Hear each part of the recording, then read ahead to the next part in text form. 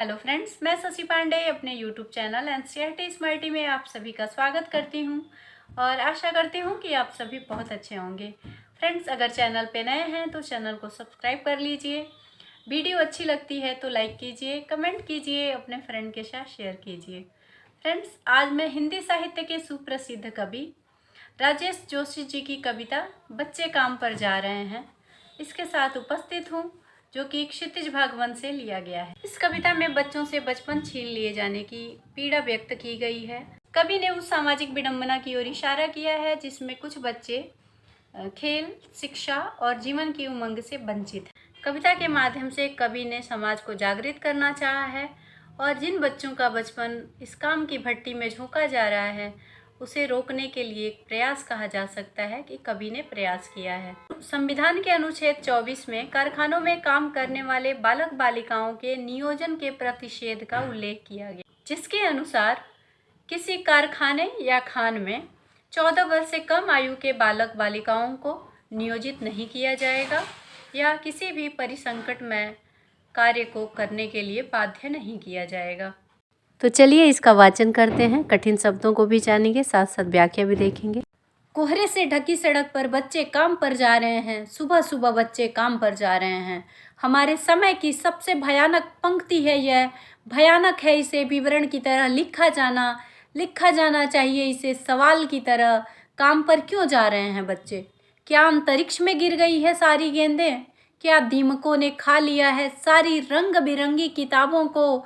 क्या काले पहाड़ के नीचे दब गए हैं सारे खिलौने? क्या किसी भूकंप में ढह गई हैं सारे मदरसों की इमारतें? क्या सारे मैदान, सारे बगीचे और घरों के आंगन खत्म हो गए हैं एकाएक? तो फिर बचा ही क्या है इस दुनिया में? कितना भयानक होता अगर ऐसा होता। भयानक है लेकिन इससे भी ज़्यादा यह कि हैं सारी चीज़ें हस्ब मामूल, पर दुनिया की हजारों सड़कों से गुजरते हुए बच्चे, बहुत छोटे छोटे बच्चे काम पर जा रहे हैं। अभी आप सुन रहे थे राजेश जोशी जी की कविता बच्चे काम पर जा रहे हैं। अब इस कविता में आए हुए कठिन शब्दों को देखते हैं। तो इसमें जो एक शब्द है कोहरा, तो कोहरा का अर्थ होता है धुंध। मदरसा जो शब्द का प्रयोग किया गया है, मदरसा विद्यालय को कहते हैं। और अंतरिक्ष का अर्थ होता है आकाश। और एक शब्द है भयानक, तो मतलब भयानक का अर्थ होता है डरावनी। और एक शब्द है हस्ब मामूल, तो हस्ब मामूल का अर्थ होता है जैसी चीज़ें थी वैसी ही, यानी यथावत। इन पंक्तियों में कवि बता रहे हैं कि जाड़े के ठिठुरन भरे दिनों में, जबकि पूरी सड़क कोहरे से ढकी हुई है, सुबह सवेरे ही बच्चे काम करने के लिए जा रहे हैं। और यह कविता जो है एक सूचनात्मक कविता है और कविता की ये जो पंक्तियां हैं ये सूचनात्मक पंक्ति है। राजेश जोशी जी आगे कहते हैं कि हमारे समय अर्थात वर्तमान की सबसे बड़ी सूचना बच्चों के काम पर जाने के विषय में है और वह समाज को आगाह करते हुए कहते हैं कि बच्चे जिनका बचपन उमंग और स्वस्थ शैक्षिक परिवेश में गुजरना चाहिए, चिंताहीन तरीके से गुजरना चाहिए, उनका काम पर जाना हमारे समय का सबसे अधिक भयानक सत्य है। आखिरकार क्यों वे काम की तलाश में जा रहे हैं, इस प्रश्न को सामने लाकर कवि एक प्रकार से समाज के सामने एक अनुत्तरित चुनौती रख देता है जिसका कोई उत्तर नहीं दे पा रहा है, क्योंकि शायद सामाजिक व्यवस्था ही वह मूल कारण है जिससे ये इस प्रकार की परिस्थितियां सामने आ रही हैं, जिससे बच्चों को काम पर जाने की आवश्यकता पड़ रही है।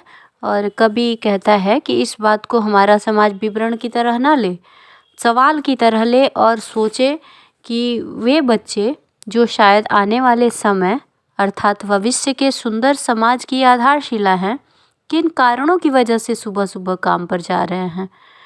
तो इसकी विशेषता अगर देखें इन पंक्तियों के, तो इसमें कवि ने मजदूरी करने वाले बच्चों की पीड़ा को व्यक्त किया है और इस प्रकार की विसंगति का कारण सामाजिक व्यवस्था को बताया गया है और कवि का क्रांतिकारी रूप प्रदर्शित हुआ है। और भाषा देखें तो भाषा सरल है और बहुत ही सुंदर तरीके से कवि ने अभिव्यक्ति दी है और इसमें आत्मीय भाव प्रकट हुए हैं। नेक्स्ट पंक्तियों का देखते हैं, नेक्स्ट पंक्तियों की व्याख्या। तो इसमें कवि कहते हैं कि क्या दुनिया भर की सारी गेंदें अंतरिक्ष में गिर गई हैं? क्या सारी रंग बिरंगी किताबें दीमक खा गए हैं? क्या सारे खिलौने किसी पहाड़ के नीचे दब गए हैं? क्या भूकंप ने गिरा दिया है सारे स्कूल की इमारतों को? क्या सारे घरों के आंगन, बगीचे और खेल के मैदान एकाएक इस दुनिया से लापता हो गए? कवि जो है वो समाज से पूछता है कि ऐसा क्या हुआ है जो बच्चे स्कूलों में, घरों में, खेल के मैदानों में दिखाई पड़ने के बजाय वो काम की तलाश में जा रहे हैं। जिनके हाथों में किताबें, गेंदें और खिलौने होने चाहिए, उनके हाथों में काम पकड़ा दिया गया है और वे जाड़े की सर्दी में ठिठुरते हुए काम पर जाते हुए सड़क पर दिखाई दे रहे हैं।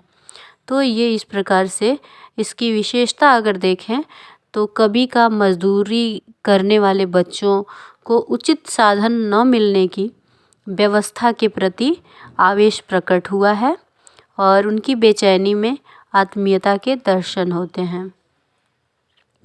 प्रश्न शैली से काव्य में विशेष प्रभाव उत्पन्न हुआ है और तद्भव शब्दों के साथ विदेशी शब्दों का भी प्रयोग किया गया है।